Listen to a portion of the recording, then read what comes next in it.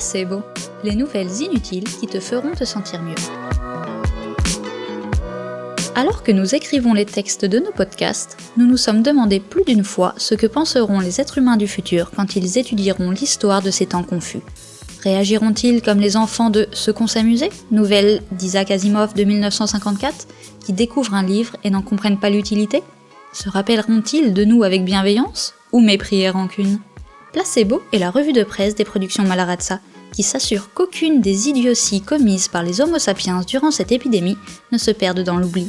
Alors, commençons.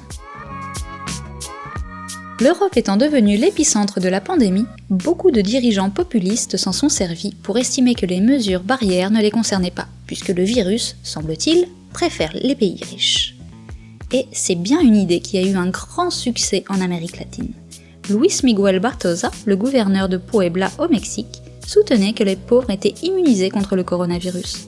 Selon lui, la majeure partie des contaminés mexicains seraient des personnes aisées. Donc, les riches seraient un public plus à risque, dans ce scénario où le coronavirus revêt l'habit de la lutte contre le grand capital.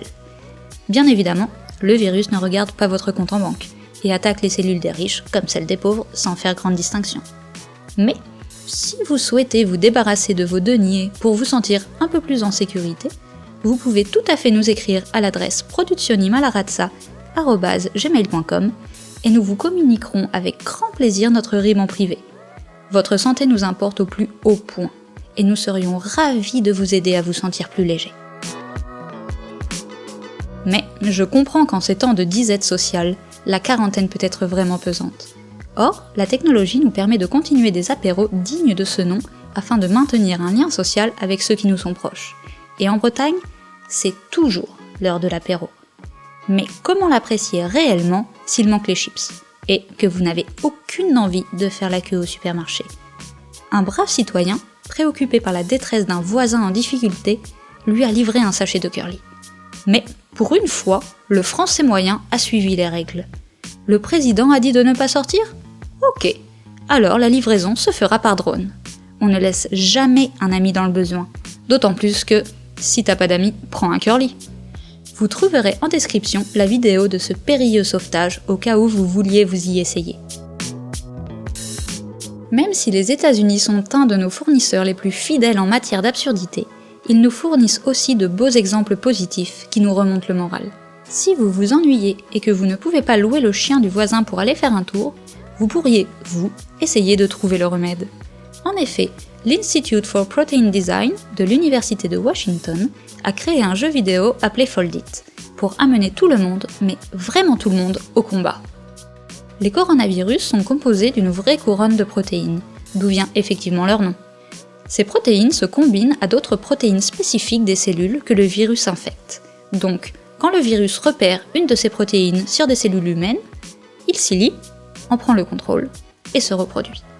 Le puzzle de Fold It défie les joueurs pour créer une protéine capable de s'accrocher aux épines protéiques du virus avant que celle-ci ne s'accroche à leur tour à une cellule humaine. Une telle protéine aiderait les chercheurs à créer des médicaments antiviraux qui pourraient empêcher le virus d'infecter les humains ou au moins le ralentir. Et là, vous vous demandez pourquoi les chercheurs avec des années d'études et d'expérience auraient besoin de votre aide, vous qui avez besoin d'une calculatrice pour payer le livreur de pizza. Eh bien, une seule protéine est formée d'une centaine d'acides aminés pour un total de combinaisons possibles équivalent à un 1 suivi par 129 zéros. Oui, ça fait beaucoup.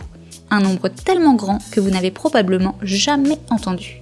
Donc, selon les chercheurs de l'IPD, plus il y a de personnes qui essayent de trouver la meilleure combinaison possible, plus les probabilités de la trouver réellement sont élevées. Et le manque d'expérience en biochimie est, d'après eux, un point positif, puisque vous n'avez pas d'a priori sur ces protéines. Vous vous sentez l'âme guerrière, vous entendez résonner en vous l'appel de la bataille, l'envie de battre à plate couture ce virus. Eh bien vous attendez quoi ? Le lien est en description. Allez, c'est sur ce défi que je vous laisse et je compte sur vous. À demain, rayon de soleil. Placebo, pour impressionner dans les dîners mondains. La revue de presse conçue et produite par les professionnels très pros de Mallaraza.